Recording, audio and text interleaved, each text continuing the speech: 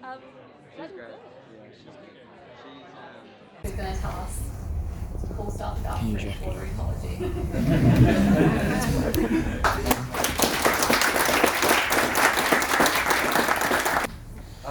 Hi everyone, just really good to be part of this team of warriors here.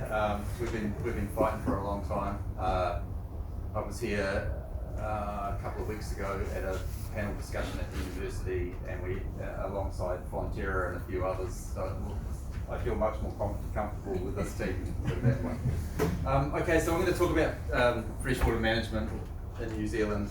It's really about intensive farming. I've been working in this area for a couple of decades now, and having started off as a dairy farmer, I'm not anti-dairy farming, but I've become anti-intensive dairy farming simply because of the impacts that I've spent all of this time discovering. Okay, I don't know if you can make that out. That's just 1 month last year worth of headlines around New Zealand, just that I dragged off the net about impacts on freshwater. I mean, it's just amazing every year when late summer, all the impacts start to hit our freshwaters, and we start to really realise that it becomes visual, just the impacts that and the problems that we have. So I'm just going to give some stats now about what's changing. So as a freshwater ecologist, I started off looking at freshwater fish, and so in 1992, about when I started studying, there was about 20% of our native fish were on threatened species list, and then every analysis that's been done since, it's gone up and up and up. Well, it's now 3/4 of our native freshwater fish are on the threatened species or at-risk list.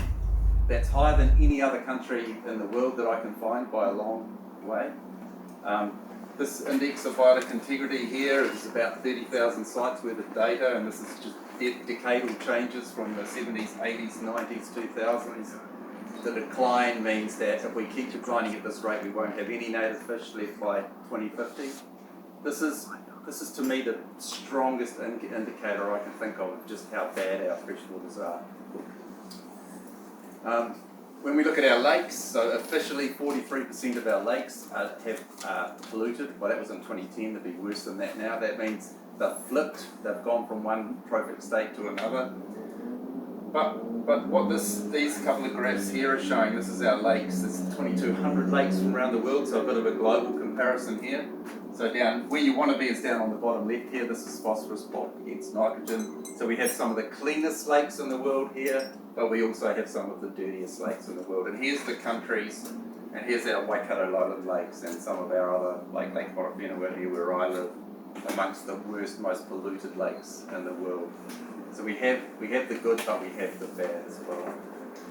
And when this is the second best measure of the health of rivers from a river ecology, freshwater ecology point of view, is the fish are at the top of the food web. The next ones down are the invertebrates that live in there. And we have this index. We measure the health of rivers based on the things that live in there, which is the most kind of holistic way we have of measuring that, and you can see all of those red and orange areas are either moderately or severely polluted. So this is Clean Green New Zealand, moderately or severely polluted in all of those areas, which are all the downstream areas. You know what goes on in these places, intensive farming and intensive people in those places. And then these are all the other things that we measure in relation to it, so nitrogen and phosphorus and E. coli and all those things. Almost identical maps. It's the same problem in the same places. Intensive agriculture that's driving the issues. Not to say that we don't have problems with our cities. Of the 320 odd wastewater treatment plants that treat our waste, 152 of them are discharged into fresh water. Only 7 of those meet level B of the standard. Only 7 of the 152. So all those others fail the standard, a weak standard in the receiving water. So we've got huge problems with our wastewater treatment as well. And it's not so much the plants that are the problem, it's the infrastructure that feeds into it. So it's every time it rains, the plants can't handle it, they discharge. You know, you're Aucklanders, you hear about it all the time. Just to put some reality around where we are on a global standing, again, I've got a few things coming up. This is a measure of the environmental performance of countries in the world based on water quality, intensive fertiliser use, marine captures, a bunch of measures that are used to measure the health of environmental performance. Here's New Zealand, we're 18th in the world. This is out of 179 countries. That's 18th from the bottom. So one, you know, we're the number one is the worst, and we're 18th from the bottom of it. And that's on per capita. Overall, we're 161st in the world. So the reverse of that. So we're really bad on that level. Here's another way of looking at it. This is talking about nitrogen, which we're going to talk about. I'm going to talk about a bit tonight. I think the others are as well. Nitrogen fertiliser that we put on the grass to grow grass. It's made from fossil fuels. We put it on the land. It's a very recent thing, the last 3 or 4 decades in New Zealand. We use heaps of it. This is the flux. This is how much nitrogen is flowing down the river. And I've got some global comparisons there. Here's the natural background level there. The Waikato, the Manawatu, Ashburton and Selwyn. Right up there with the Yellow River, the Yangtze, some Korean rivers. We're worse than the Mississippi River, which is thought to be one of the most nutrient polluted rivers in the world. So on a global comparison, we are really bad. And here's the science. This is one of the most recent papers. It's about intensive agriculture. So our urban impacts are really bad, but they're 1% of the length of the waterways in New Zealand. Intensive agriculture or pastoral agriculture is about 40% of the length of waterways in New Zealand. So while our urban streams, waterways are really bad, in comparison it's a small amount. And this is just some quotes from some agricultural people, professors from Lincoln University who talk about this, but I like this quote here. This is from Keith Woodford, Professor of Agriculture at Lincoln. We have the wrong cows, the wrong dairy systems, the wrong product mix, a raft of environmental issues and too much debt. That pretty much sums up what dairy in New Zealand is. And then if we start thinking about where the product goes to, we've got huge problems with that as well.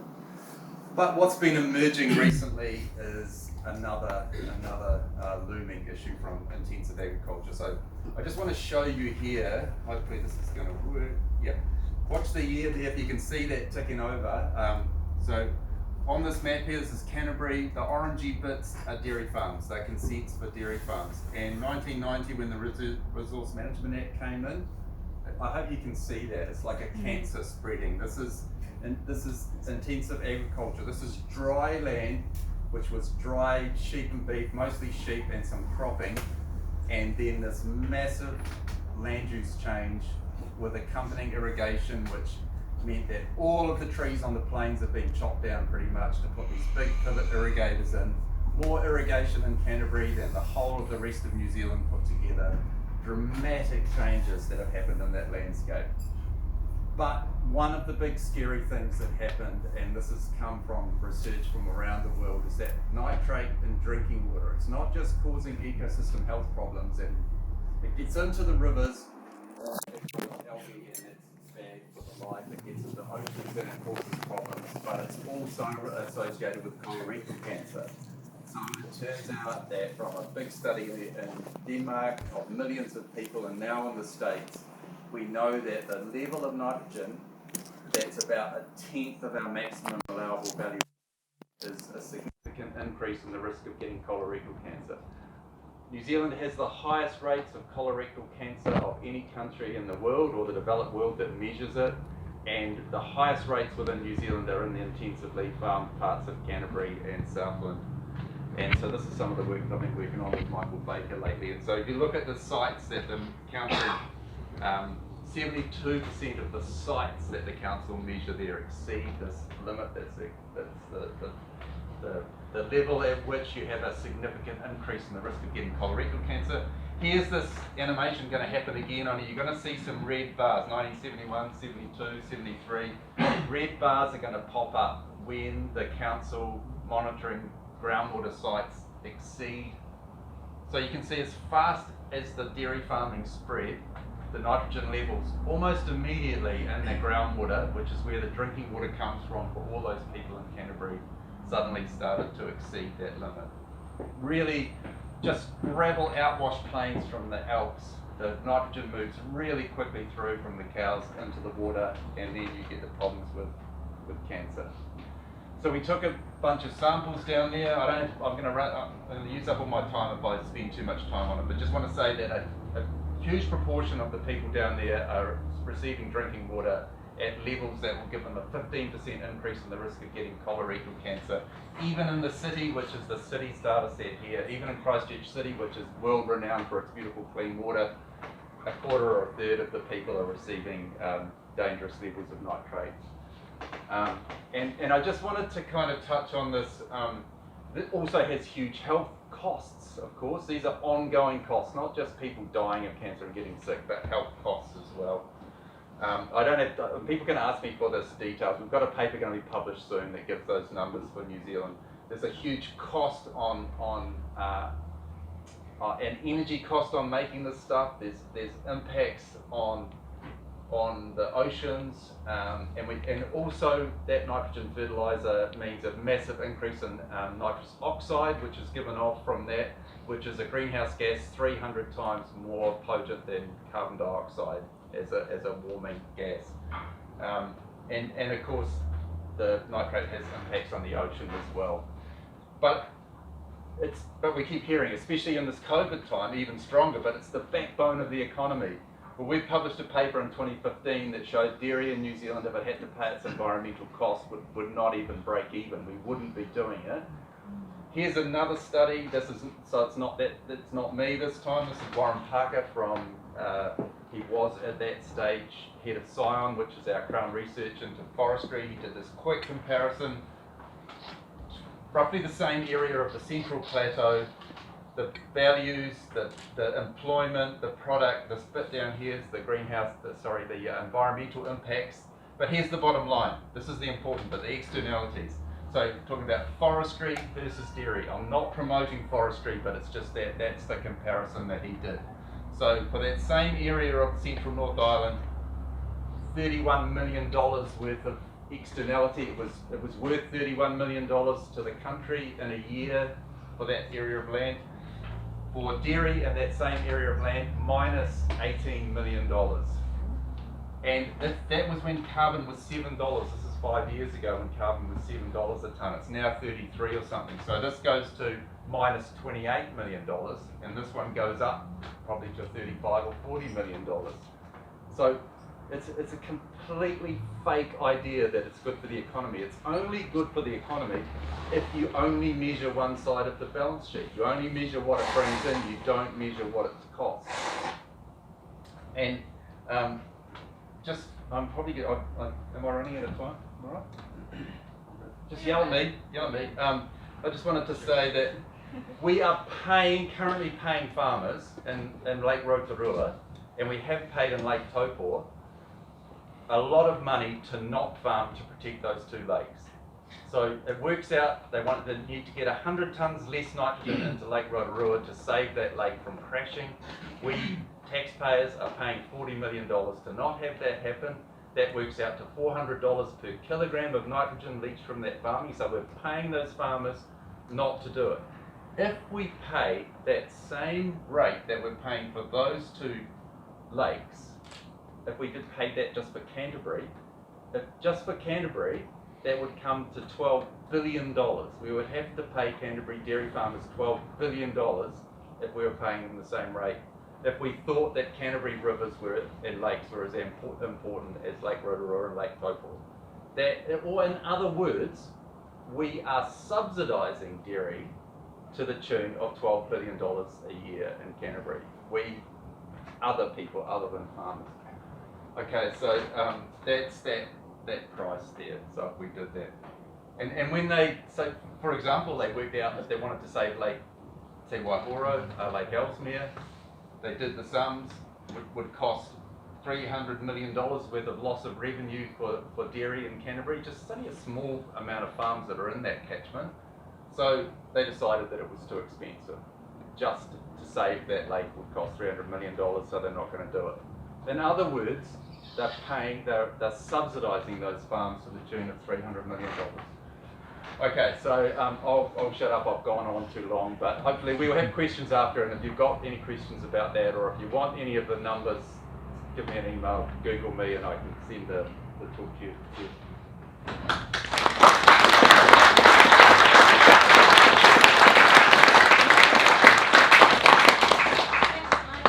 Our next speaker, my colleague Amanda, who's a climate campaigner with Greenpeace.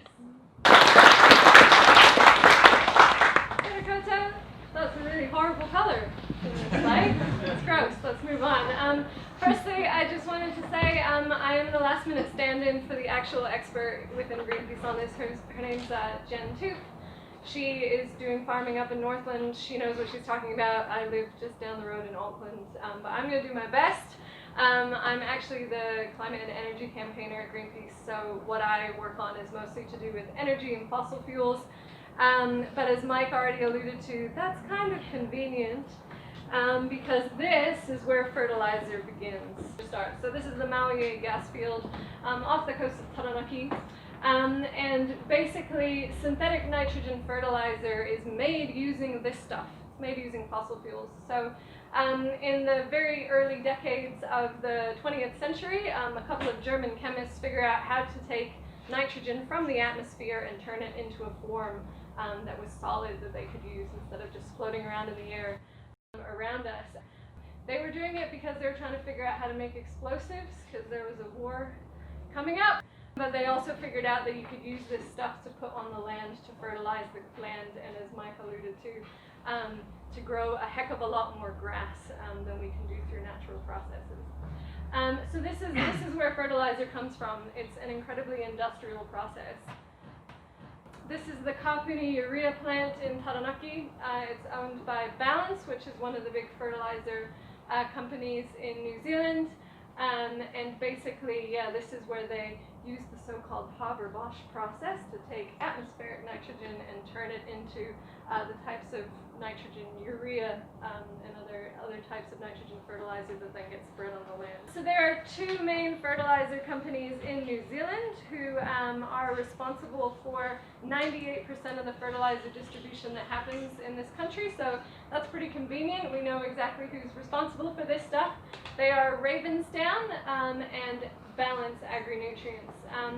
And if you can see these pictures, these are a couple of actions that Greenpeace carried out earlier this year on these two companies. So that's Ravensdown's headquarters in Christchurch and the Kapuni urea plant owned by Balance down in Taranaki.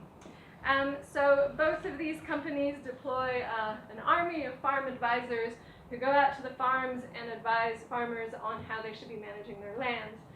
They are also part owners in the software that government uses to monitor the state of rivers and lakes and to enforce water quality rules. So basically these companies are dabbling in some stuff that they have a very strong vested interest in. They have a vested interest in selling people fertilizer. That's what they're going to tell people on the farm. And they also have a vested interest in the monitoring that looks at how much fertilizer we are using and tries to regulate it. So it's all very connected. So why is Greenpeace calling for a phase out of synthetic nitrogen fertilizer? This is part of the story. Have you all heard of the safe planetary boundaries? So nitrogen, as you can see down at the bottom here, has been far exceeded. It is one of the Earth system cycles that's really in trouble at the moment. And we, as an organization, have been calling for a phase out of all synthetic nitrogen fertilizer use in New Zealand by 2024 at the latest. And I'll talk more about the politics of that soon. This is another way of talking about what Mike has already talked about. This is the kind of correlation between the growth in fertilizer use and the growth in dairy cattle numbers in New Zealand. So you'll see starting in 1982 and then upwards to where we are now pretty much. There's been an absolutely massive spike in the amount of fertilizer that we use.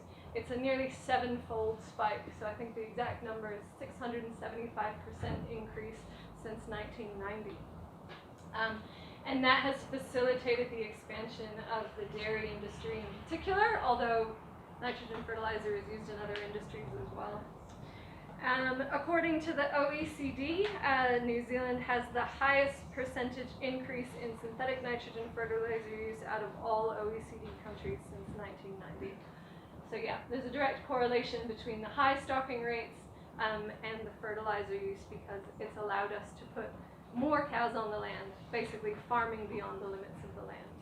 And this is where climate change comes in as well. So intensive dairying is New Zealand's biggest climate change polluter. Oh, I was going to say at the start of this, what Mike was talking about was like real dark, and what I'm talking about is real dark, but there's going to be some light stuff at the end, just, you know, it's going to be heavy now, it's going to be heavy, but it's going to get light. So yeah, agriculture is the country's worst climate polluter. It's responsible for 49% of our climate change emissions. And what's fascinating for me is that synthetic fertilizer is this like triple whammy of climate impacts. So on the one hand, it increases the number of cows, which we already talked about, which itself increases the amount of methane emissions from the cow burps. More cows also means more nitrous oxide from manure and from urine. But synthetic fertilizer is also a climate pollutant on its own, because it emits nitrous oxide emissions as soon as you put it on the ground. And in fact, you might not know this, but synthetic nitrogen fertilizer has higher emissions than the entire domestic aviation industry.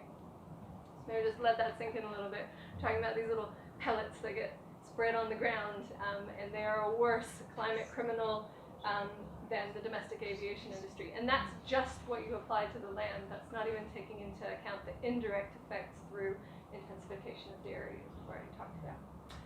So that's the Australian bushfires last year, which is very fresh in all of our memories, I'm sure.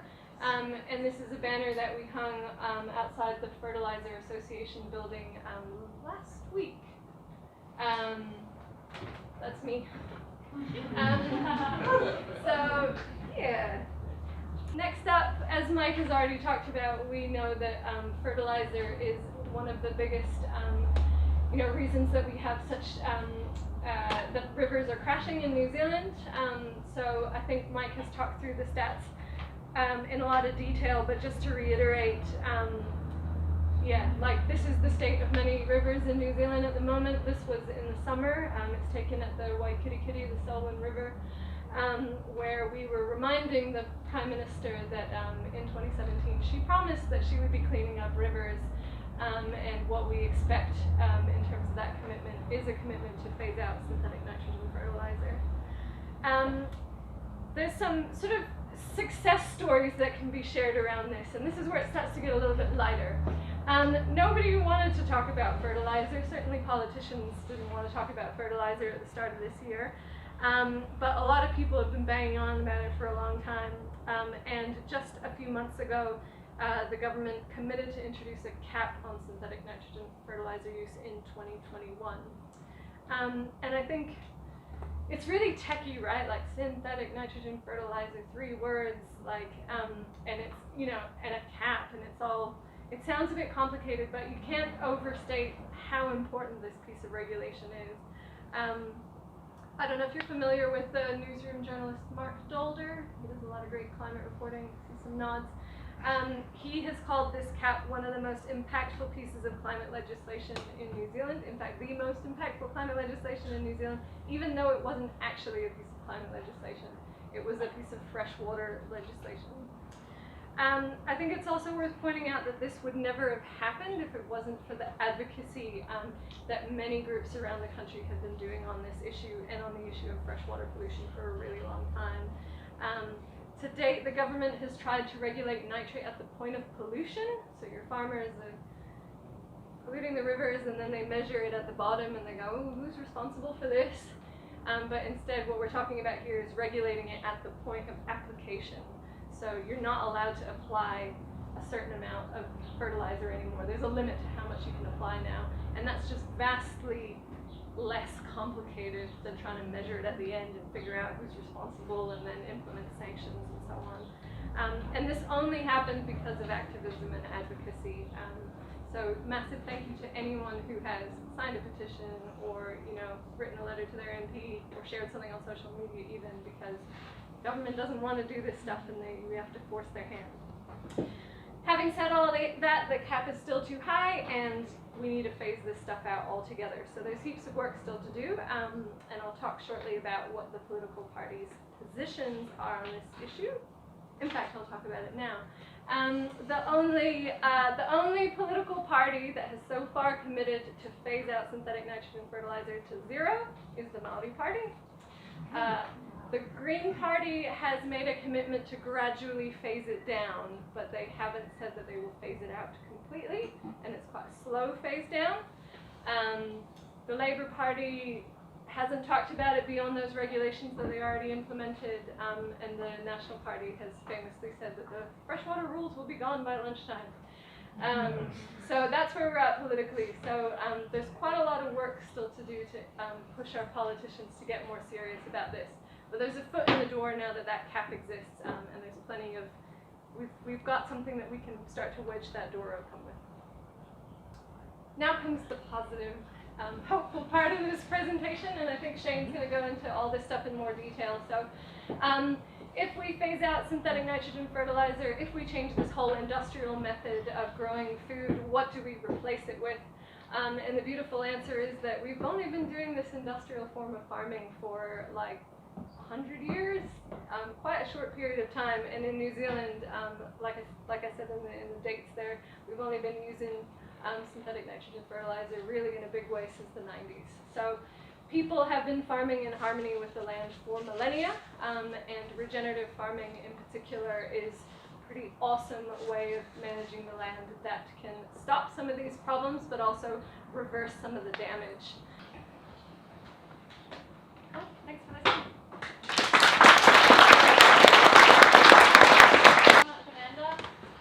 And now we're going to have Geoff Reid. It's going to be, I don't know about I feel like it might get even more dark. I'll lift it up again. Right, yeah, that's why we've got you on after. So yeah, really excited to have Geoff here after touring around Aotearoa, going to lots of different town halls and places, talking about some things that he's discovered and seen in his own sort of advocacy work around agriculture, intensive agriculture, and looking at what's going wrong here in New Zealand with our farming systems. And so I'm really excited to have you here and be able to host you in this space and hear what you've got to say, and hopefully it's not going to be too dark and we've got good stuff happening afterwards. So, thanks, Holly. Tēnā koutou, katoa. My name's Geoff. I hail from Auckland. I've got a pretty keen interest in our living environment, and I've done a lot of freshwater advocacy stuff in the past, not just around urban landscapes, rural landscapes, but also in urban setting, to do with property development and intensive housing, sediment runoff, and how we're impacting our Hauriki Gulf. So the current issue of intensive winter grazing is one that I find it hard to walk past, and there are a lot of different things that we could be doing differently. What I put together is just a few snippets of footage that's been captured this year and from previous years, just to show what is going on in our country in the back blocks where we're not exposed to. And also just wanted to put it out there that we as a nation or as a species have become totally desensitized to how we exploit animals, and I think we need to question what we're supporting with our dollar. Our campaign this year was about ending intensive winter grazing, and from start to finish, this is basically how it's done. Paddocks are sprayed off with herbicides, all the grass is killed. Then a month or so later, when all that grass is dead, the paddock gets ploughed up, which is no good for the soil. Then afterwards, sometimes it gets sprayed off again, just to make sure there's no growth. Then the seeds get sown, and this is usually kale, fodder beet, or some other types of crop. Those are the cows turning up. In the early stages of the beginning of winter, they get given a couple of metres a day, not too much. It's a really rich diet for these animals, and they're going from pasture to a rich crop. But as they move through the season, they get bigger breaks, and the landscape is, stripped right down to bare mud. There's nothing there. There's no roots there left to absorb any nitrates or anything. And in a lot of these places, it's on really stony soil, so it's impacting our groundwater and our rivers directly. This is quite a common sight around Southland, seeing pregnant mothers quite deep in mud, especially if it's been raining, and they're giving birth in this type of environment. The calf is just a byproduct of this intensive farming model. So you can just imagine the sounds going on and the smell of these paddocks. It's not just mud, it's all of their feces, urine. A lot of the time the calves, they die quite quickly. The ground's really hard for them to learn to walk on. They don't have a lot of energy, and they can die within the first day. There was one paddock in particular that a local down in Southland, Matt Coffey, he managed to film 20 calves in it, and the farmer reckoned he was doing good this year because he'd only done 20 or 30 calves in that paddock. So it's still very much happening, and we don't have a system that addresses this properly, and Angus is going to talk about that after me, or at the end. So these are dead calves. That one's probably just about to die. There's a mother there with horns. These animals are transported around the country. From Canterbury, they're driving down to Southland to put them on these rich crops over the winter, and a lot of the time in Southland they'll take them up to Otago or other places. This is some footage from last year. So these are our farms, the superannuation investment, and this is what we captured from the side of the road. We blurred out their faces and put this out on the internet. And what I found was really sick and quite got to me is that these guys lost their jobs. Now they're just migrant workers working probably way over time. No one wants to go and pull calves out of the mud, but that's their job, and that's probably how they can be shown to do it. So the fact that they lost their jobs just highlights that the lack of care starts at the top of the industry. There's no point blaming the workers. So these are some classic scenes driving around the country. Intensive winter grazing isn't just crops. A lot of time it can be grass, intensively grazed grass, stripped back down to mud. These are mostly pregnant mothers, pregnant girls, but it's not just cows. You've got sheep, you've got deer, you've got beef cows as well, beef cattle. So in the winter time, seems we've got too many animals and not enough grass. That's why the cattle are taken to these sacrificial paddocks. This is not an uncommon scene. In some cases there's no water crops. The water crops are too far away and it costs the animal a lot of energy to get there. So the animals are forced to drink their own way.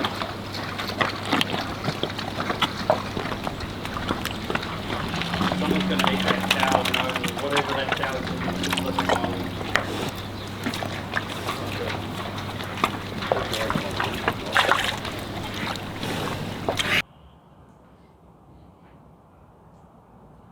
So in Southland and Otago, there's roughly about 2 million animals that go through this practice.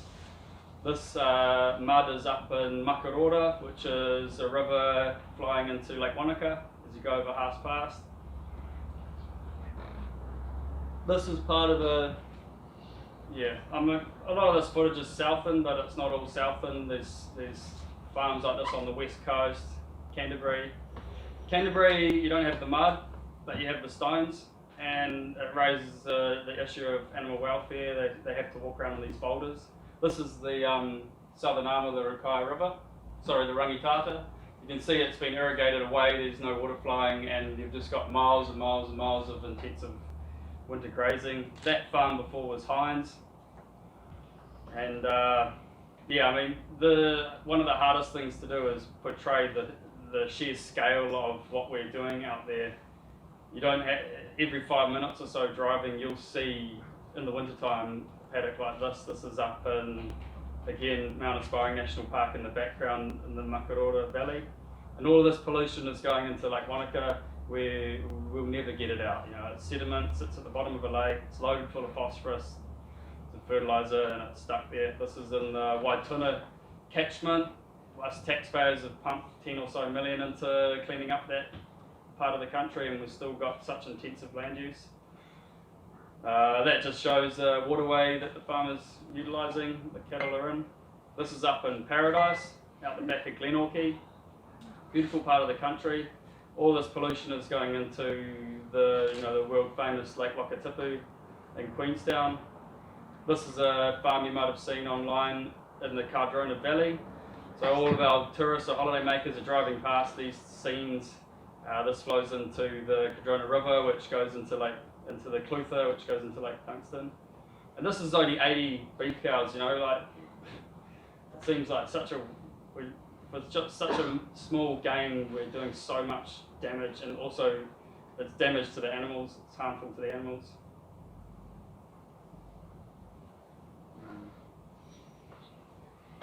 So again, this is up in the Makarora Valley, both sides of the fence. That was last year.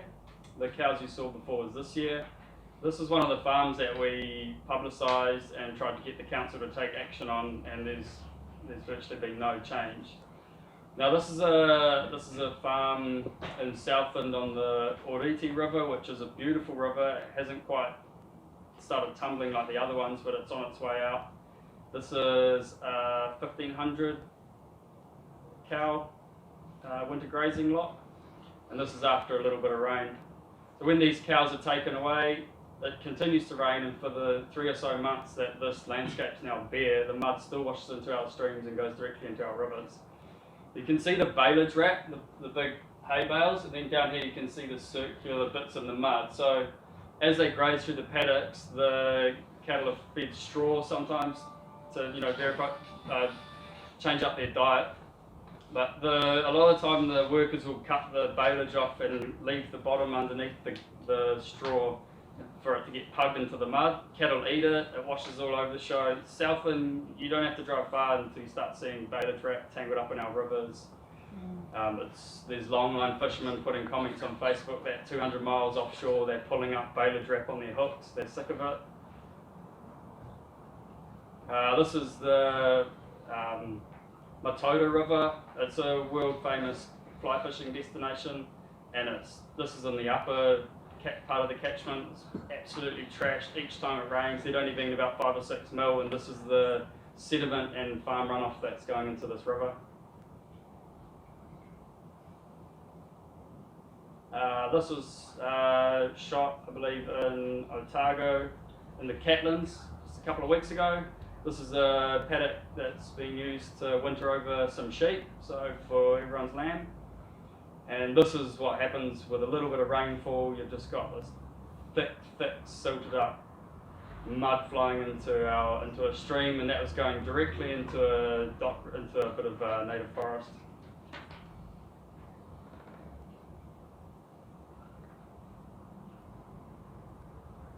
This is a shot from last year. I put it in there because it's quite graphic, and this is the Waio River, which is, it's that scene from the Lord of the Rings where they're paddling down the river.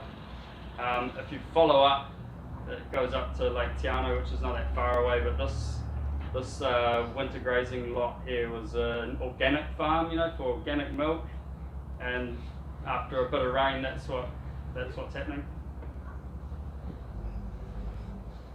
So yeah, a bit of shade. That organic farm, they did get prosecuted, which I think is a little bit unfair. We put one thing give one thing to the news, and they quickly go and hammer one person. They're not going to fix the system like that. This was an 800 hectare block of native forest, or was, in the Tiano Basin that was sprayed with helicopters, burnt, and in many parts it's been bulldozed to intensify beef and lamb. So it's not just intensive winter grazing that's going on, we're still intensifying our country to a level like this where we look on par with Brazil or Indonesia. That goes on and on and on into the background. The same farmer's got a winter grazing block down the bottom of the catchment right next to the lake.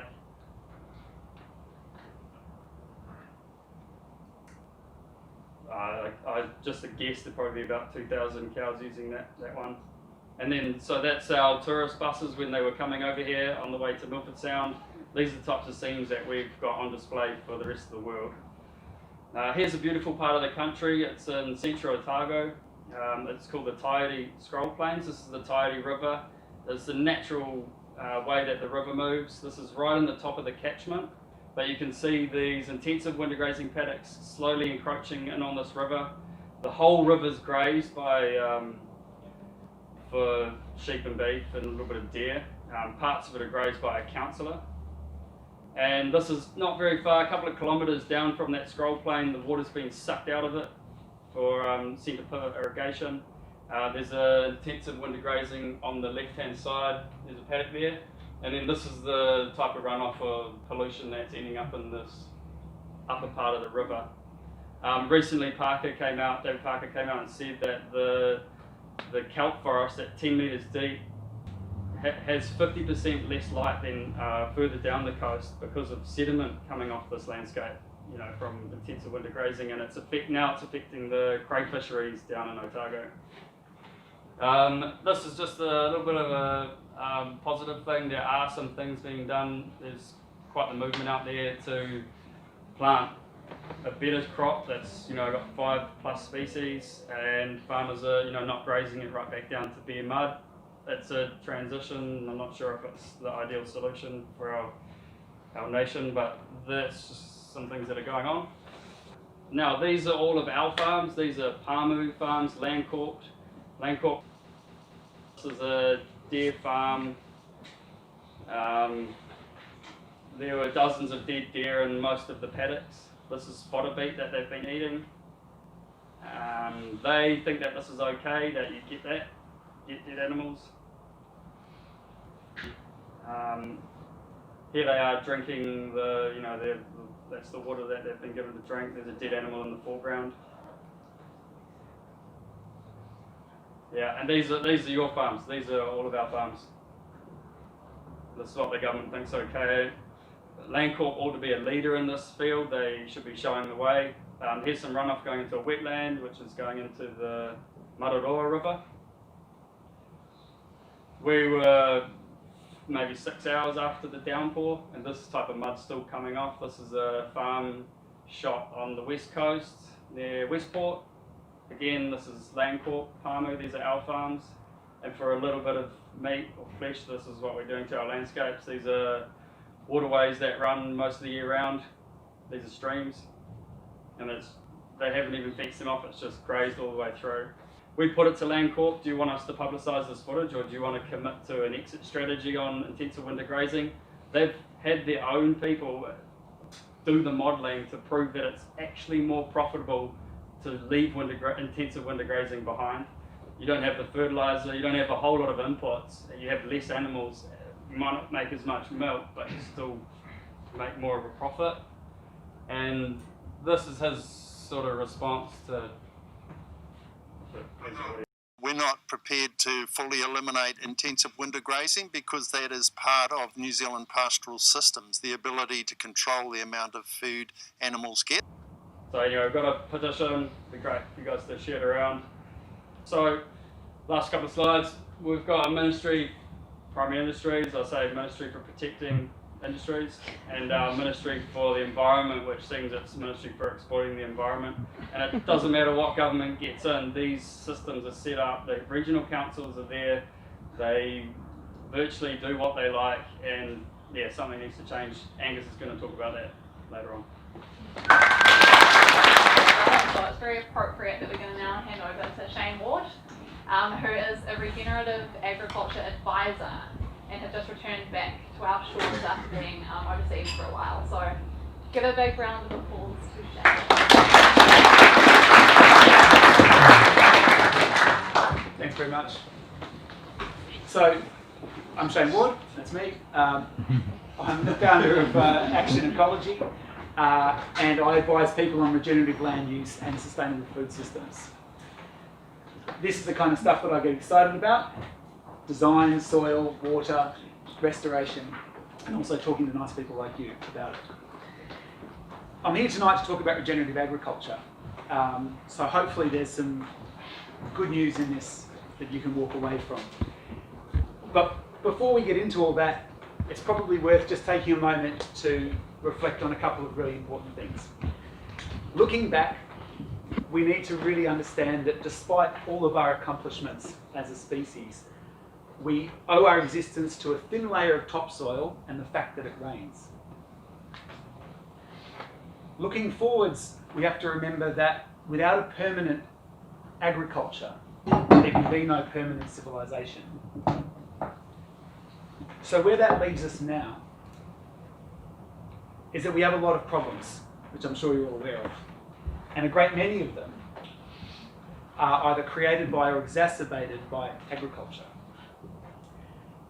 But there's a really important thing to remember about this, is that it's not what we produce, but how we produce it that's the problem. Or put another way, it's not the cow, it's the how. The dominant way that we produce the things that we eat, and just use the land generally, often referred to as conventional, but actually is industrial agriculture, which was mentioned tonight. And what that means is we're talking about an artificial simplification of something complex into something very simple in order just to make it easy to use. We apply synthetic nitrogen, as we've talked about a lot tonight, nutrients onto the soil. We kill the soil biology. We completely ignore any of the natural processes which maintain fertility. We create the perfect conditions in these monocultures, growing a single crop or species, for pests and pathogens and weeds. And then, of course, we have to spray biocides, herbicide, fungicide, pesticide, etc., to kill those problems that we've created and the conditions that we've set up. We have a very narrow lens with which we look at the landscape. So we look at it in a very single-minded way. For example, it's either pasture or it's not pasture. It's either helping me or I'm not interested. We have this very industrial mentality. We try to leverage economies of scale. We try to focus on performance, yield. We try to maximize efficiency as if this was a production line. And of course, this is all about producing products which we then take to market in order to produce profit. But all of this is, of course, only possible with fossil fuel inputs and the use of biocides. Without those things, the whole thing falls down. And what that really means is that we have a food system, and in fact this is probably true of any system, but it's particularly concerning with the food system, that this system is not safe if it only works in the good times. And there's something that I think COVID has shown us is around the world just how brittle and fragile this food system is. So what's the alternative? Well, regenerative agriculture is what I'm here to talk to you about. I'll give you a quick definition before I explain what it really is. It is the design and management of productive land use through mimicry of diverse natural ecosystems that harnesses and restores ecological function to produce food, fibre and fuel, informed by observation of and continual adjustment to feedback. And I'll explain what all this means. So what's the difference between sustainable and regenerative? Well, basically, sustainable means something that you can do forever. It can be sustained. Regenerative is what we are talking about with natural systems, because natural systems have a natural regenerative capacity. That's how they function. So in order for our food system or our land use to be sustainable, it has to be managed in a way that is regenerative. But of course, people have and will continue to misunderstand, misuse and abuse these terms and co-opt them for their own purposes, but it doesn't change what they actually mean. So how is it different from industrial agriculture? Well, it's different in quite a few ways, but there's probably a key way that it's different. And the first is that we move from imposing simplicity to managing complexity.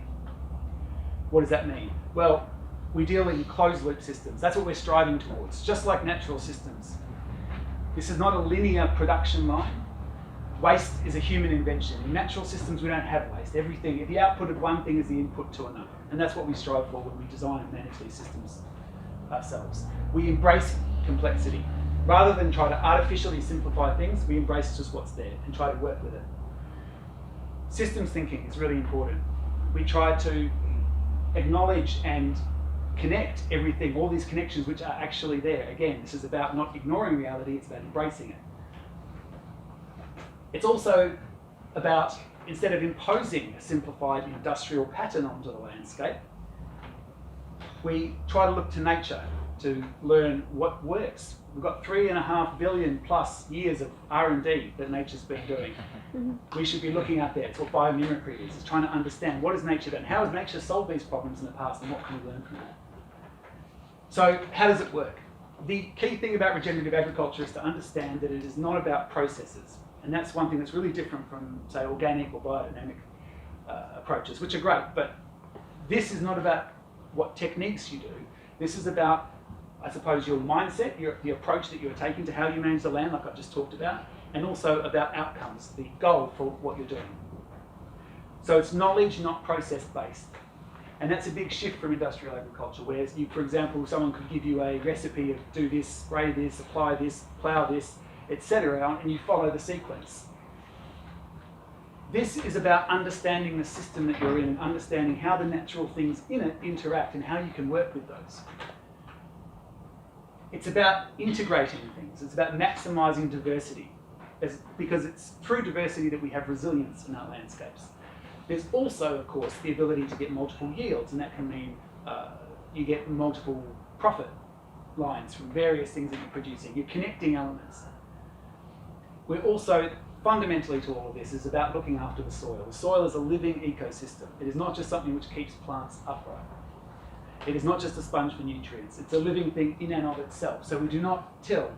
We try to increase biomass, and we try to harness as much photosynthesis as possible, because that's the energy that drives the whole system, not fossil fuels. We work with webs, cycles, and loops, not linear things. We try to be responsive to context. And in fact, this is probably a really key thing as well. So when done well, the pattern of land use that we have, whether we're talking about grazing or horticulture or forestry or whatever it may be, hopefully all of those things, the things that we choose are appropriate for the landscape that we're in, appropriate for the climate, the topography, the rainfall, everything. We don't just come in with a preconceived idea and stamp it onto the landscape and then use fossil fuels to fix all the problems we've just created by ignoring what's actually there. The idea is that it's designed and strategic. So we are thinking through how this works, and also how is this system going to evolve over time? How do we work with that? How do we improve it and restore the function? There are a lot of different methodologies out there for sort of how you can do that. And I like to think of them all as essentially just all tools in a toolbox. And you'll find that the practitioners out there that are doing this stuff are using several of these potentially at any one time, or they'll move from some to others at different times. They're all valid and they all help. You probably can't read all that stuff. It's not really important. Really the key thing is that, well, it is important, but it's not important that you read it all right now. What it's about is that we are looking after soil. We are looking after water. We are always thinking about those things, always thinking about soil and water, because without those things we can't really grow anything. We are always trying to maximise diversity and the resilience of the landscape. And that resilience is not just resilience to climatic events or to weather, but resilience economically as well.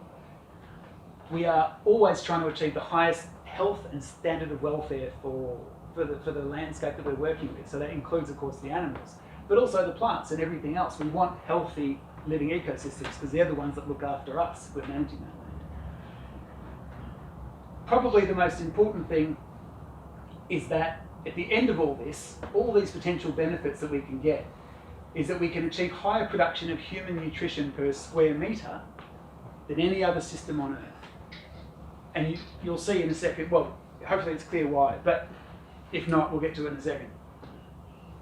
Because what that allows us to do is we can help not only, stop doing some of the bad stuff, we can reverse some of the damage that we've already done, and we can feed humanity forever.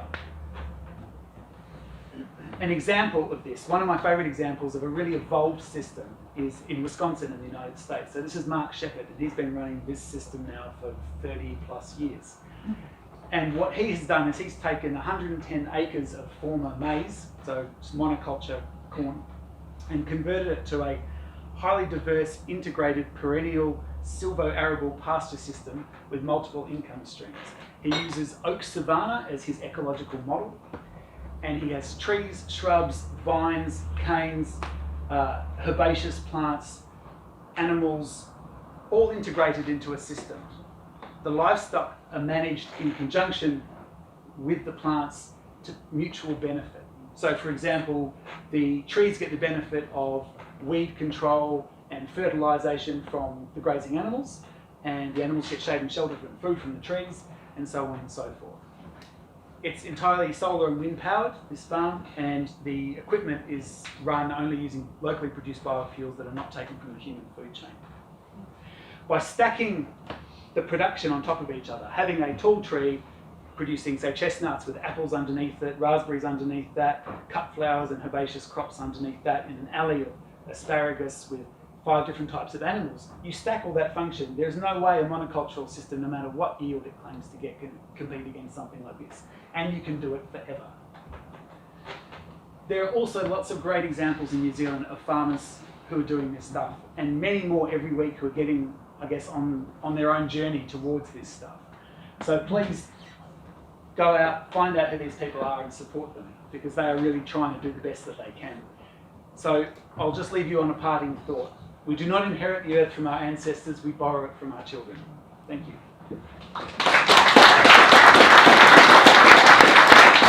Thank you so much, Shane. Of course, we've got one more speaker left, and then we're going to have like a Q&A kind of thing. And I'm going to introduce Angus. I feel like he's a bit of a wild card. But I had a chat with Geoff last week, and I was like, so who is this Angus guy? I want to introduce him, and he was like, well, he kind of does everything. And then I asked Angus what he does, and he said that he was an animal and freshwater welfare advocate. And I also know he's an engineer. And so I'm just going to wait and see, get him to introduce himself and be our wild card for the evening. Thank you, Angus. I do everything except good public speaking, so please bear with me. Those are happy cows. I came at this from about 10 years ago. I live in Waikato, and I couldn't find any fresh water there to swim in or recreate in, and I thought this can't be right. And I went into a bit deeper and found out the problem was really huge, and so I got into that about 10,000 hours worth of work ago.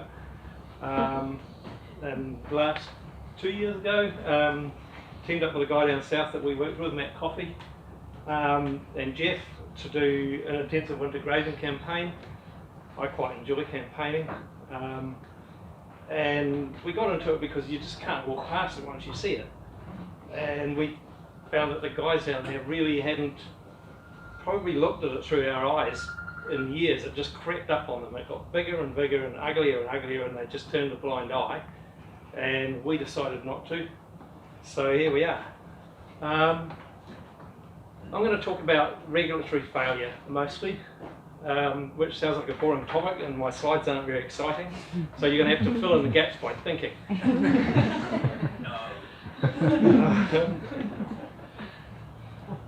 Look, people don't know this, but we have no welfare system for production animals. Literally nothing. That's a kind of that slide shows the relative numbers of animals in New Zealand. So this is cats. Oh, that's 1.4 million. Sheep, 28 million. So these are the numbers of animals that have no protection system. Why? I want to say too that there are a lot of good farmers out there. I've got good farmer mates. They do the right thing nearly all the time, and if ever they don't, it's because they got caught out. It's not because they made stupid production decisions. And what you saw, all of those things earlier, those bad images, that was a production decision to do that. They knew damn well what was going to go wrong, and it did. So it's certain areas, at certain times of the year, and the problem that I see for New Zealand ag is that it doesn't even know its own best interest. It's not saving itself. I'm going to sort of take a wild stab and say most of these people, most of you people in the room don't eat animal agriculture products, and nobody will if these guys keep going the way they're going. So if they want to save themselves, they better buck up, and that means getting good systems in place and having proper, you know, a story that you can tell honestly that's defensible. And there are solutions to all the problems. So what I was saying earlier, the problems are just hard-hearted farmers saying, I'm going to shear my sheep 2 months early because I'm going to get another kilo of meat and fat off them, or I'm going to make them wade in mud because it's cheaper to plant fodder beet, or, you know, there's lots of different problems, and the numbers are astonishing. Like, each one of these situations has hundreds of thousands to millions of animals affected. So the weather-related ones, they might run a week, 2 weeks, and they're things like mud. Heat stress affects, I would say, 2 to 3 million cows in New Zealand each year, and that means when they're off the clock, they're almost dying of heat stress, and that's because they don't have proper shade and shelter. And we have black-backed cows in the wrong climate, so that tends to be in places like Alexandra and Gore, but we get high humidity up here in the north as well. I've got a wee plane and I can fly around and I can literally see the cows hanging out from the air. More common and chronic ones are like lameness, tail damage. There's 150,000 cows every year get their tails broken by one reason or another. Malnutrition is maybe 1 million cows. These are all solvable. There's not any reason to have them. So, who's got your back? Nobody. Is this the happy part of the presentation? Well, this is not all farmers, as I said earlier. This is a few farmers for some of the time, for some of the year. And the bulk of farmers are okay for the bulk of the year. So let's get specific and not blame everybody. So you would think the vets would step in, but they don't. I've had long dialogue with the NZ Veterinary Association, and I've spoken to many heads of big practices, at least 5, and said, what's your problem? Why can't you help out? And they are completely conflicted. By that I mean, if they report an animal welfare issue on a farm, they'll get found out. The farmer will know that they were dogged in, and because the vet was very recently at the farm, and they will tell all their farmer mates, and that will be the last time that vet gets to do anything in that town, either money-wise or socially. So they drive right by. And I know this because my father was a vet, and I'm friends with a lot of vets. They won't report. I'm OIA reporting, and for mud in 2018, for 1 million cows in mud, no vet reports. Well, what about MPI? They don't have field surveillance. They just wait till somebody from the public who doesn't really know what they're talking about rings up and says, I think there's a mud problem. And lots of people call me and say, I've reported this to MPI, and they say there's no problem. And the reason that they say there's no problem is because they've got no rules. Imagine if there was no actual speed limit.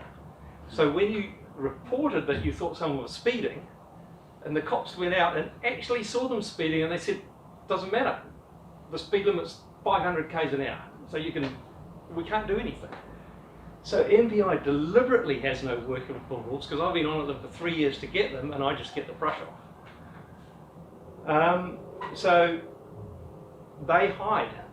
When you read a report from MPI that says we can't penalise this, or we didn't see an offence, that's because there is no offence. There's no rules to create an offence. And Gary Orr, I'm going to put that bottom one up with Gary Orr. Problems are created by individuals and they're solved by individuals. I'm an individual trying to solve it, and Gary is an individual. I hope that's not defamatory. But he deliberately miscues the arguments, and he does not tell the truth to the New Zealand public, and that is the head of the whole system as it currently stands. So, what do? Well, the key man in all of this is Damien O'Connor, or whoever the Agriculture Minister happens to be next time. So what we do is we have to get them in public, and last year, Geoff and I, and Geoff especially, because he's a lot more skilled at social media than me, got Damien O'Connor in the crosshairs of a Twitter thing, which worked really well. And he created an animal welfare task force for intensive winter grazing, and I was on. And we did a ton of work in a short amount of time, and we came up with all these recommendations. And then we were disbanded, and the whole thing was handed off to a thing called an action group, which no prizes because there was no action. All of what we did basically hasn't been implemented or followed through on. So Damien got out of jail free, and we didn't get our result. So Geoff was able to go down there again this year and show exactly the same as what we saw last year. So you have to keep the pressure up. And the pressure can't just come from 2 of us or 3 of us. It has to come from everybody. And you are all capable in this country of applying this pressure. So I ask you if you can. I've written up basically a full thing which shows what's wrong and why and what we need to do about it. And if anyone wants to get in touch with me, I'm happy to send it out. But it starts with that we've got to have objective standards. So where there's no speed limit, we need a speed limit. As in, when there's no requirement to have this many or that many lame cows or fat enough cows, we need to have a standard that says if your cows are below this body weight or they're walking that badly, you're going to get a fine. And if you can't see the cows because there's no inspectors on the entire country, and there literally aren't, there's no surveillance, then we need inspectors. So we need about 50 to 100 inspectors, which in the scheme of things, because what's at stake here is our entire agricultural industry and our license to farm and be seen as an agricultural nation that's mature and understands what it's doing. That's what's at stake. So the cost of those 50 to 100 people is nothing to get it right. And we would all then be able to say, when we buy agricultural products, if you do, it was done okay, which it isn't now. And we need fair enforcement, like infringements and demerits, which they don't have at the moment. You either get nothing, you get a warning, or you get full-blown prosecution, which might cost you $30,000 to $50,000. And that's why they don't prosecute. It's because they don't want to put anybody under. So the alternative to no prosecution is no action. And that's all part of MPI's system, and they will defend it. So, why can't we get anywhere? The industry doesn't want it. We fight the agricultural industry every single day, and I know their methods, and they're all straight out of the tobacco playbook. MPI doesn't want to do it. They're production oriented. They don't even want to hear about problems. And people like us don't know. You have to go and find out that this is actually the case. Because I bet you none of you knew there was no system. What can you do? That's a happy man. That's what we... Okay, right, any time left? 2 minutes. I'm going to use 4 of them. Right, this is the second part, because it's not just... I'm only an accidental animal welfare guy. I just fell into it, and here we are. When you vote for a green government, you think you're going to get a green policy, but you're not. Because all of the green stuff has to go through regional councils. And they don't do it. Most people who elect regional councils are rural based, so there's a very great predominance of councillors from rural areas, and they're strong, and they get backed up all of the time, because the people with the skin in the game, in this game, are farmers, and they make sure that they get their way. And you can't blame them for that. All you can do is push back with your vote and get your way. So you need the candidates that'll push it the other way. This is what we think happens. The government makes some policy, some freshwater regs, and then they give it to the regional council and they put it into practice, and then we get some clean water. Wrong. This is what really happens. David Parker comes out with a whole lot of policies. We voted David Parker in. Great. We voted the Greens in. Hopefully the Greens get in again because they're a good conscience vote for this type of thing. And there's some new freshwater regulations. And they're given to regional councils where it matters, like Canterbury, West Coast, Otago. Otago's hands down the worst. And Southland, who were pretty bad, but literally because of this campaign we're doing, are improving. And if they choose not to put the regulations in, there's nothing that the government can do. Well, there is, but they won't. So the outcomes are terrible, and that's why you see graphs like Mike's graph down the hill. This is the bottom of an OIA that I got from David Parker, and I just put it in there so you can see he truly signed it, so it's from him, and you can have a copy of that too if you ask for it. And what it shows is that the Ministry of the Environment, which is the Environment Minister's portfolio, makes no submissions on plans, and it's the plans that cause the outcomes, does no audits on what's going on. If things are really bad, they won't go in and sort them out. They'll just stand back and say, and that's in the OIA. It's like, oh, that's an untested area of the law. We've got the power, but we're not going to use it. And they've got the power to bring in commissioners, and not to throw out the whole council like they did in Canterbury, just in one area. So if your public transport and your other infrastructure and your regional council's fine, but your water quality stuff's terrible, you can put a commissioner in just for that bit. And it's MFE's job or the minister's job to do it, but he won't. And you wonder why. I've asked him. He hasn't come up with a decent answer. And that MFE is not a real, it's an absolute hoax, joke ministry, and it may as well not exist. They do one audit for all of the regional councils, and you'll never guess what it is. It is that did they process a resource consent within 30 days of getting it? Doesn't matter if it's for a salmon farm in Cook Strait or for shifting 20 metres of earth for a little embankment. Same thing. Was it in 30 days? Yes, tick. No, cross. That's MFE's audit on regional councils. So, who pays? Who does it? Environment NGOs, Forest and Bird, Fish and Game, Greenpeace a bit, EDS. The public is asked to dip in their own pocket to do the job that they've already paid to do through tax. And they do, and they don't even know why. It's crap. And why? Because the industry lobbies stop MFE and so on. Oh, hang on, I'm going to go backwards.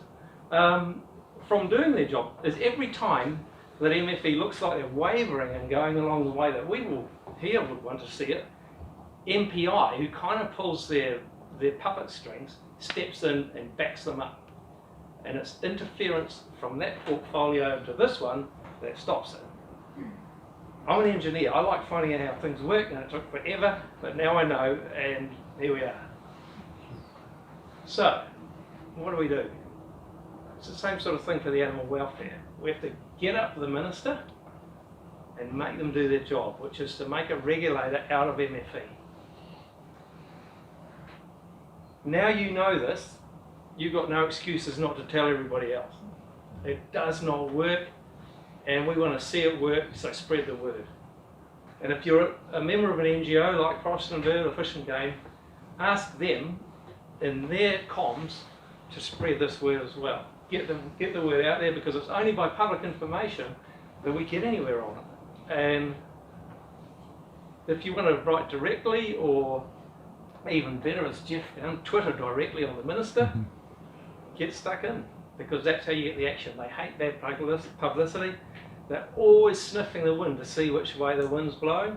And if it's blowing towards the industry, well, they get all the good. And if it's blowing towards the others, like we are, it'll come our way. So you've got to do the work. Thanks very much. Thanks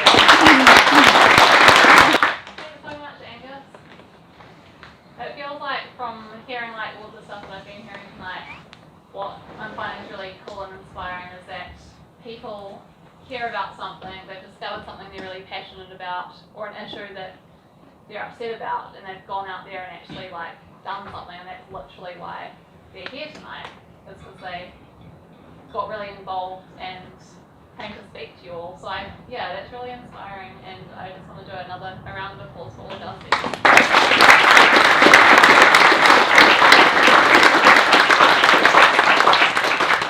Cool, so we're going to have, I realise it's also getting a bit late, but I think if we have like 10 to 20 minutes of like questions on this Q&A panel, does that sound good for you guys? Awesome. So I know you've been saving up all of your questions and you've got them all ready. So just like, yeah, when you're ready, just raise your hand and we're gonna put the spotlight on them. And can everyone see them all right? Do they need to stand, sit, is that spotlight? Oh, nice, cool. Awesome.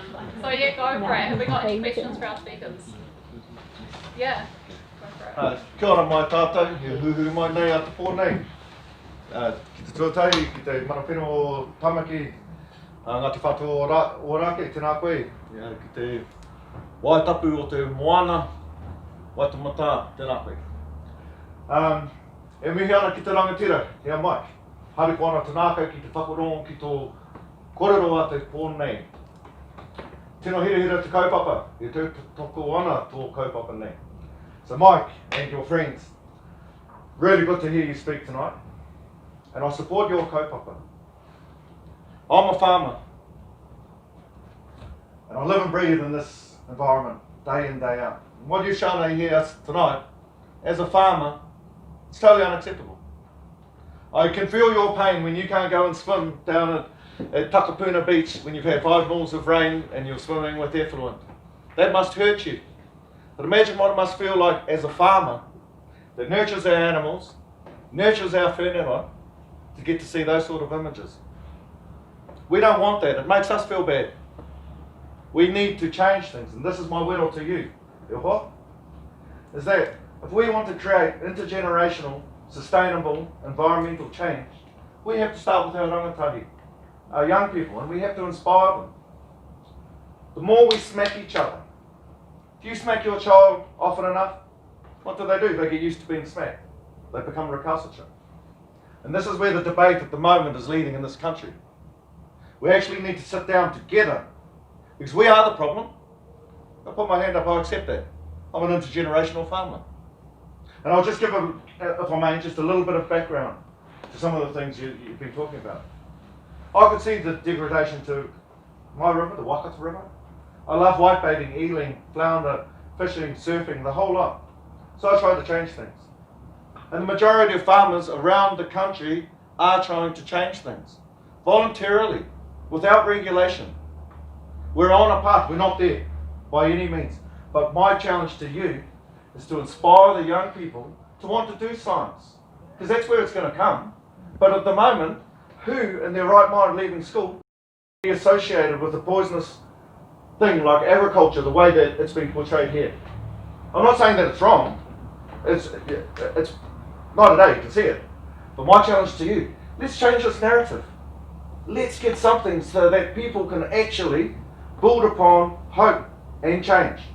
Then we will get intergenerational, sustainable change. Just on a very small scale, just to explain where I'm coming from. Yes, we live on a swamp, right? And you can't graze. Historically, we don't graze the animals on them. We move them off up into the hill country. But because of being so close to the proximity of town, the land's too expensive. So what I did was take a little bit of what the Europeans and Americans do, use that for a short time of the year. Then I use these other regenerative crops that they're talking about. I started doing that 20 years ago, as many, many farmers have done. And that reduces the nitrate coming out of the cow by 20 to 30% and increases your production at the same time. Now, if we can use these tools and work together, we will create long-term environmental sustainable change. So that's my whittle to you, Te Rangatira, and your team. Thank There's you. lots of other things, but we're not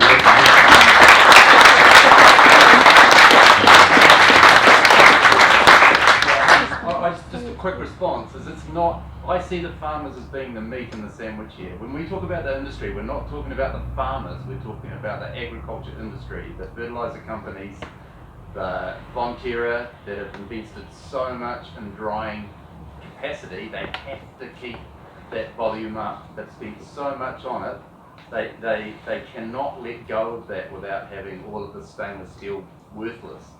So we're trapped in a model of industry, and farmers are in debt and under incredible pressure, and my heart goes out to all of you because you're stuck with crap, as Angus pointed out, a government that has totally failed farmers in New Zealand by allowing the industry to get out of control and allowing this situation to happen.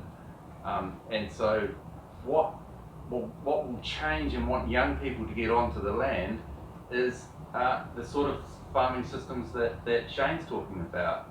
You know, at the moment we have to bring in people from overseas who are more desperate than most New Zealanders because the conditions on those farms are so ugly. You know, I'm talking about these really big, you know, monoculture, big dairy farms in Canterbury, for example. No one in their right mind wants to go and work on those places if they have a choice. So it's the model that's broken. It's the high levels of debt, the damage that's being done just to pay for those increased land values. You know, the model's broken and the farmers are victims the same as the rest of us who see our ecosystems destroyed. So it's that government level and industry where it hasn't changed. Could I add to that? The farm that some of the farming that Geoff showed was Landcorp, or Palmer as it's known. That's our own farm. We own it. And the guy that Geoff showed talking, Warren Parker, who's the chairman of Landcorp, I've been in dialogue with Landcorp for a year and a half now about whether or not they can exit the winter grazing. Not intensive winter grazing, not even winter grazing. If it's non-intensive and you don't get the effects, it's not such a big deal. But intensive, where you see that, what Geoff showed, it's got to go off our farm and the super fund farm. And their team wants to do it. Their team feels incredible stress when they are farming like that. They are freaking out that anyone will see it. They talk about the mental health issues that they're all going through, which is absolutely legit, they are. And they're being forced into it by Warren Parker and his board. And when I say, can we exit this? And we've got modelling from their own people that proves that you can exit it profitably, not only that it's break even or a small loss, you can get out of it and still make money and more money.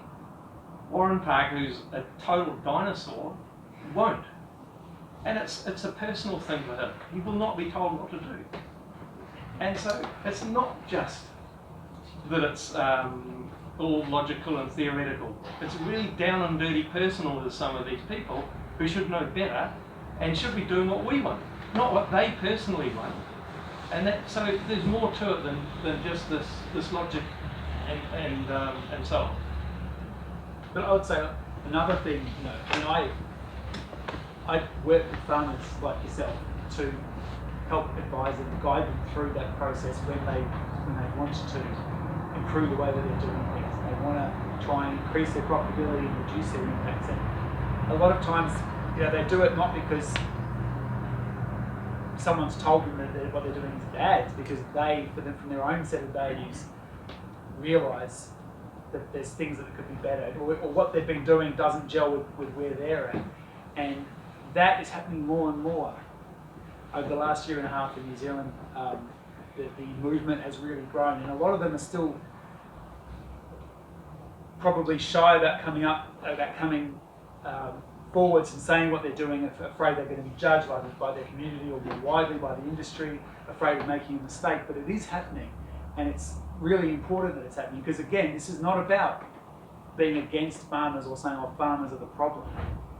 And I want, hopefully that does not, you know, you don't walk away thinking that that's what this is about. Because, you know, the people who, I like to say when I'm speaking to a group of farmers, for example, I will say, you are not farmers. You're not a dairy farmer. You are not a sheep and beef farmer. You are an ecosystem manager, whether you realise it or not. And that's the truth, because that's what you have there. You may not have seen it that way in the past, but that's exactly what is happening. And if bad things are happening, it's because the conditions are helping make that happen. So how you turn that around is by realising that I have a role. I'm an ecosystem manager here. If I'm a gardener, I'm an ecosystem manager. So, you know, the great thing now is that, you know, what we can see is a way forwards where farmers, foresters, horticulturalists are actually the heroes. They're the champions, because they're the ones that are going to be looking after our biodiversity. They're the ones looking after our fresh water. They can, they will, and they are starting to. And I think that's a good news story. Thank you. Got question over here. Hi, I know this is for Shane. Do you have any examples of some good ecosystem managers who are doing plant-based farming, diversity? Yeah. I mean, the great thing is that when it's done really well, I mean, by what I mean is, in other words, a really evolved system, right? Often what happens is someone will start doing a more sort of conventional industrial approach, and then they'll start slowly, incrementally changing things, and then as they kind of get more confidence up and they start sort of really connecting with what's going on in their landscape, they'll start to integrate more things, and that takes time. So some of the ones that have been doing it the longest have great systems where they're integrating both animals and plants. The problem of trying to do just plant-based agriculture without animals is that it's very difficult to mimic a natural ecosystem, because there are no vegetarian ecosystems. They all involve animals, whether we're talking about insects all the way up to vertebrates, you know, to grazing animals.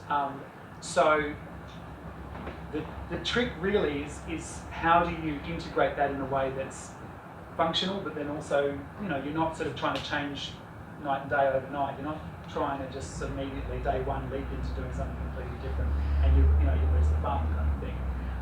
But yeah, there are examples of people around the world doing that. Usually the work where they start is through biological soil management.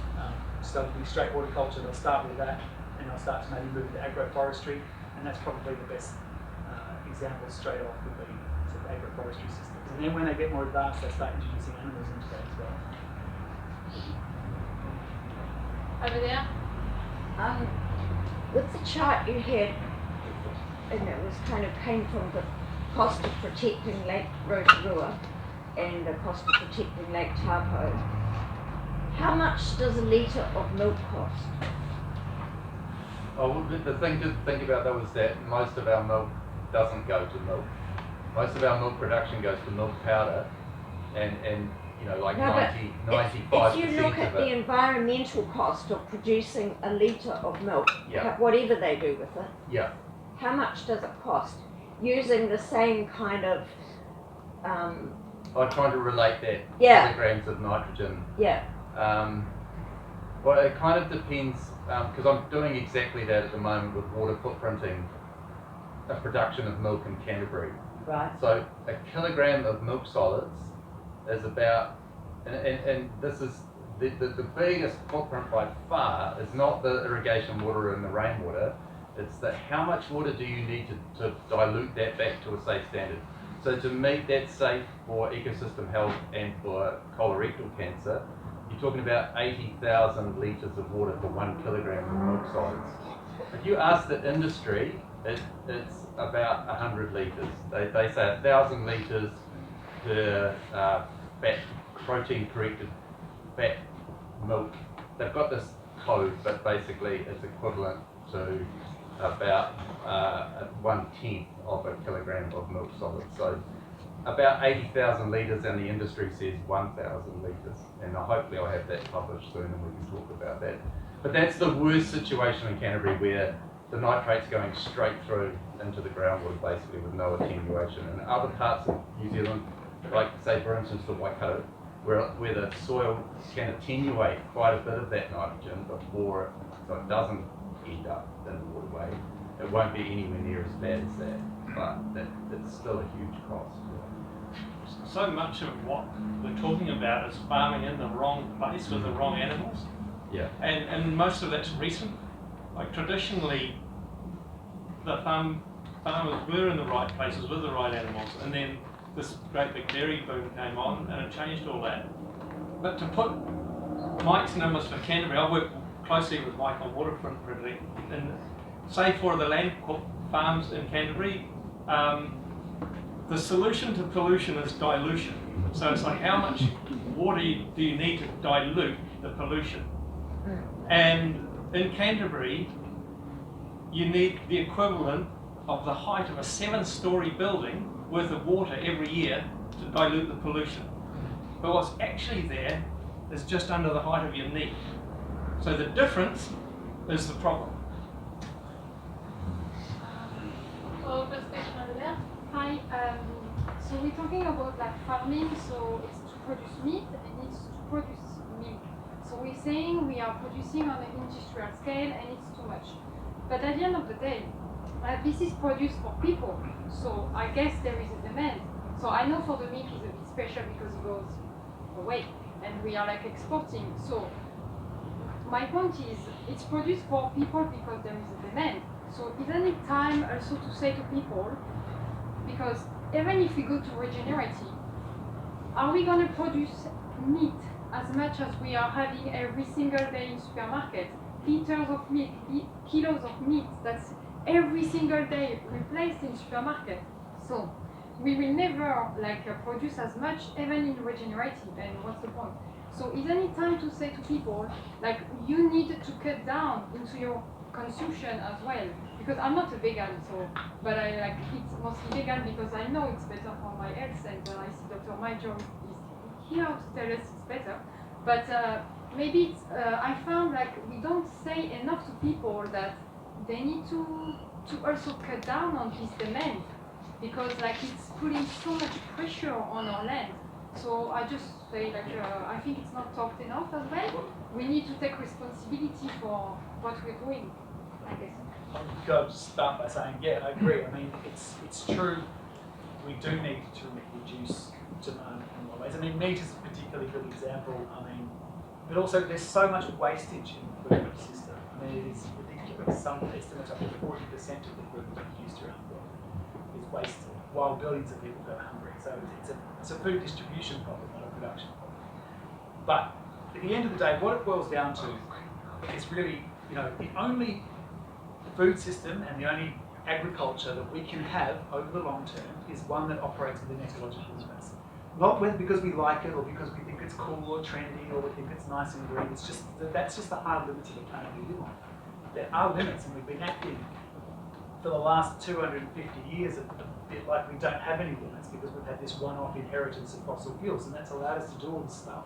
That's been really cool, but we've forgotten that it was just a one-off thing, right? And we're slowly coming back to face reality, and a lot of people don't like facing that reality, but unfortunately that's what it is. So yeah, we have to live within our ecological means, and that will mean a lot less meat. That's going to mean a lot fewer cows. I mean, I can't remember the exact numbers, but mammalian biomass is mostly cows now. When you talk about all the wildlife that's in the world, sorry, animals in the world, it's mostly domesticated cattle, humans, and then that's it. And then I think 1% is actually wild animals. I mean, that's clearly not sustainable. I mean, that's going to end one way or another. Either we stop it or it's going to stop us. But yeah, we need to address that. People need to think. I think, pardon my language, but I just think people need to give a shit where their food comes from. That's fundamentally it. And this is why I have, and this is maybe a bit controversial, but I think there's a bit of a trade-off between when we think about veganism from an environmental standpoint, is that, yeah, there are some good points to be made there, but at the same time, what you can't do is just say all meat's bad, so I'm just going to eat plants, without recognising that probably, I'm not talking about climate greenhouse gases, but from an environmental perspective, biodiversity, freshwater, etc., soil loss, that plant agriculture, industrial plant agriculture, is almost far more damaging to the environment.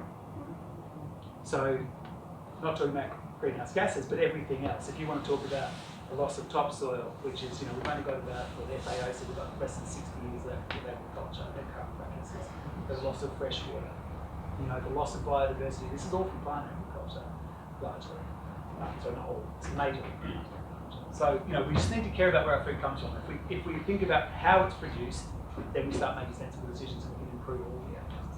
But just saying that plant agriculture or damaging the environment is actually to feed the... Oh yeah, sorry. the meat. So we There's have one to really just- key point that I actually left out of my presentation for time reasons, and this is actually one that really stunned me, is that 70% of the world's food is produced by small-scale agriculture. Right, that's what feeds people. 30% of the world's agriculture is produced by industrial, large-scale agriculture, and half of that goes to feed animals. So, So there's a question down the back there. Kia ora, thank you for your speeches today. I had studied down at the Waikato University, and I've been talking with some Maori academics. They were talking about the different Pākehā views of the environment and Maori views of the environment, and how since if you arrived in 1840, you would see all the native species and all this beautiful environment. But since 1840, 180 years of colonization, the environment has been destroyed by this Pākehā capitalism mentality. And this has happened in other countries where, with colonization, they have destroyed the flora and fauna.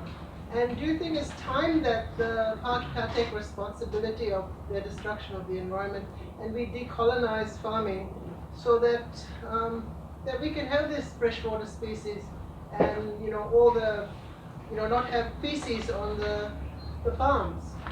So I think that's what I have been thinking. There's no one willing to take responsibility. They almost want to use land and environment as a property, as a commercial, not a spiritual thing. So maybe you can reflect on it.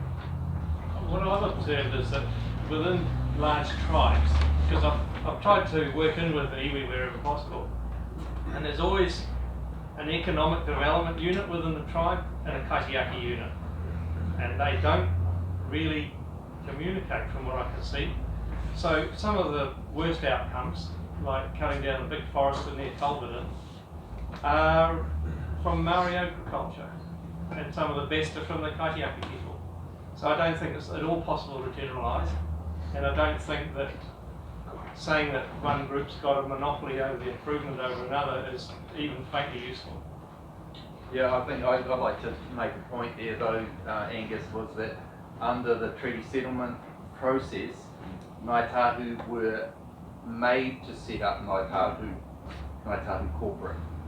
So the Crown made them set up that corporate body. So it's and then it acts like corporate, like you expect a corporate to, and it puts profit with more people. So that was actually part of the colonisation process. It's not the Ngāi Tahu process. Yeah, it's part of the treaty settlement process.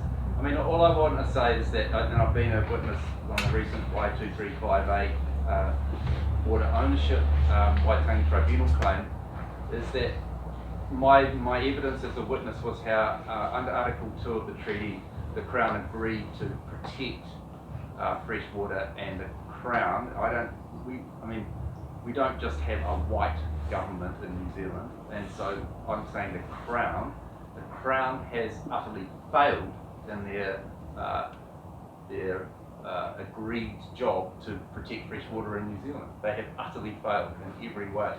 So so we've failed that part of the Treaty of Waitangi, and so whether that court case is still being decided at the moment, but I don't think there's any doubt that that part of the model was not upheld. So that's kind of where we're at the moment, and it's really hard to know. I can see much better models for looking after freshwater. I mean, Angus, talked about it. We have a totally politicised system where the Ministry for the Environment is politicised, the Regional Council is politicised. We need to have some kind of independence, whether it's a water authority. I would like to see a tangata whenua ownership of freshwater, because then we would have a chance. I mean, my only allies that I have in fighting to save freshwater and the species comes from Tangata Whenua, not from any government organisation. So it's basically the NGOs and Māori. So that's, to me, it's part of the colonisation process, but going into the future has to be taken away from any political. It has to be the water comes first, the river comes first, the life in it, those core principles that water is so much core to our existence that has to come first, and everything else comes second after that. What about, Mike, if we recognise the fact that aspects of nature such as water, single mountains, rivers, are species in their own right with their own rights, and it has started to happen, and a lot of it has been driven by Māori. Yeah.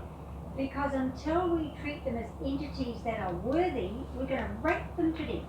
Yeah, no, that's right. The only thing that I would say though about that, giving them the rights of a person, like the Whanganui River, is that that I don't see that I have any particular rights. It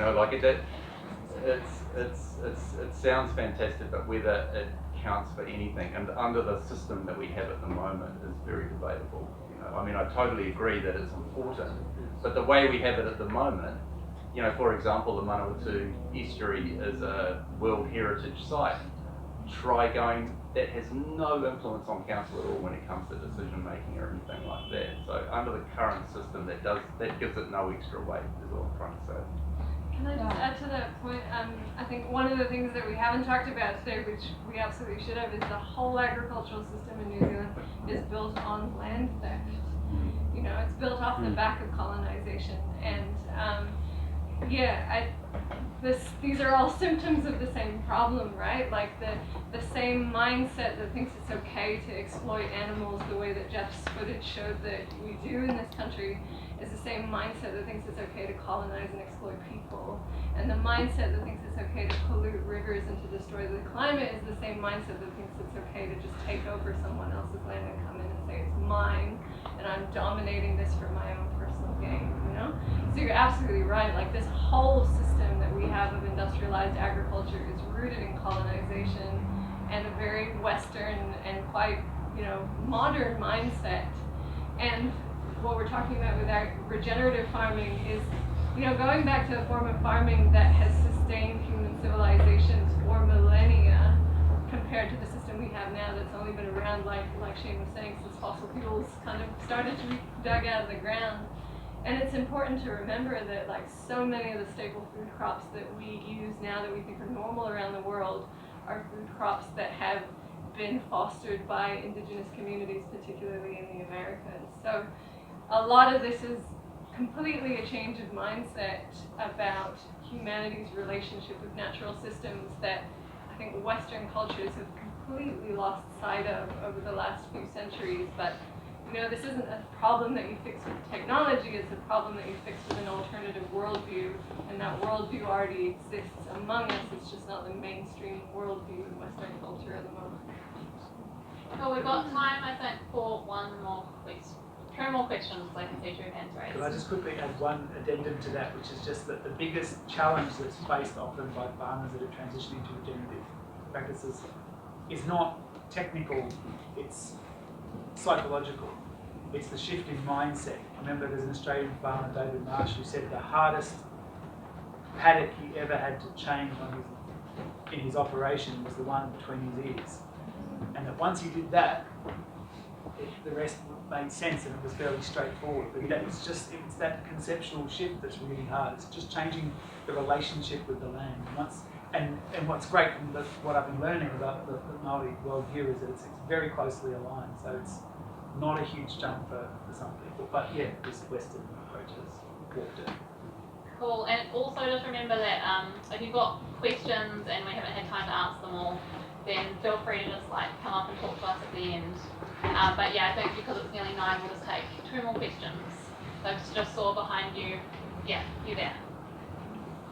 Just regarding regenerative farming, I think a lot of the time when I've heard about this, it's always been incorporating animals. But I know there's something called syntropic, centropic design, and you can do this with or without animals. So I know like the whole idea is to give farmers like an option so that they can like really stabilize, but also that like plant agriculture has a way to do it without animals, but still thrive in a mutual way. Yeah, centropic agriculture is one of the techniques I listed up on there. And it's actually, yeah, it's a really great sort of agroforestry approach for those of you that are familiar with it.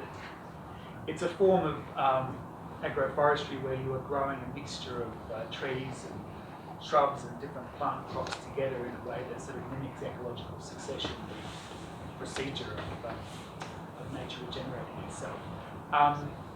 And you can, is it possible to do that without using large animals? Yes. You still need pollinators, you still need other insects and other animals in there, but when you, I think you're talking about sort of, cows and browsing animals, yeah, you can do that. But one of the other things to reflect on is that when you have a pristine ecosystem, everything functions by itself, essentially. All your nutrient cycling and pest and pathogen control is all serviced by the diversity of species that are there. When you come along as a human and you want to start manipulating that, every element that you take out, right? It's like that game, Kaplunk with the skewers. Every element you take out, you risk the thing falling down. But more importantly, every function that you take out, you have to then perform the action. So what we've done in the last 70 years is perform a lot of those functions with fossil fuels, tractors, chemicals, and stuff. Whereas what we're trying to do with regenerative agriculture is put as many of those things back in so that essentially nature's doing the heavy lifting and we don't need to do it anymore. It's cheaper, it's easier, and it's much easier to maintain a healthy system, which is really complex and we still only have a basic understanding. So yes, it is possible, but humans need to do the work or some other way that the animal would be doing in that situation. And what I'm saying is it's not exclusive to just like dairy or beef farmers. No, yeah. Any farmer could do this and succeed with or without animals. Yeah, and personally though, I think that actually the best examples is when we really integrate the two so that you're not a beef farmer or you're not a forester. You're actually, you can do all of those things, chicken, beef, honey, flowers, nuts, fruits, the whole thing on one piece of ground. Then you're getting really close to a functional ecosystem, and you've got 6 different businesses. If the milk price drops, who cares? And that's what the best people are doing. They're seeing this and they're not exposed to that economic risk either. They've got really, the land is loving it, they're having a great time, they wake up doing something different every day, they really, so. Oh, we've got some hands. I'm going to go with you because you had your hand up the longest. So I was just going to say it was good to see the colorectal cancer risk increase. I work in medicine and push plant-based diets to people because the evidence is so strong that most of us die prematurely from food-related diseases. So processed food being bad for us, but we're eating far too much animal products. That's a very clear case. All Western civilizations have, or Western governments and Ministry of Health have plant-based diets and essential for the dietary pattern they recommend. A lot of people don't, especially if they're urban dwellers and they've got other stresses in their life, don't really care sometimes about terrible scenes that are going on farms around the country, what's happening in the waterway. But they all care about the emotion, care about their health. And it's really important to push that point about personal health and the difference it makes. Yeah, I'm amazed. I worked as a freshwater ecologist, and I thought that when I told people that we're losing all our native fish, that people would be angry and they'd want to change, and that's like, oh yeah, native fish. And then I thought, wow, now, this stupid thing that we're doing that we don't need to do is causing cancer among, the scariest thing for most people is cancer. I thought, wow, this is gonna be a game changer. It feels like it's falling flat.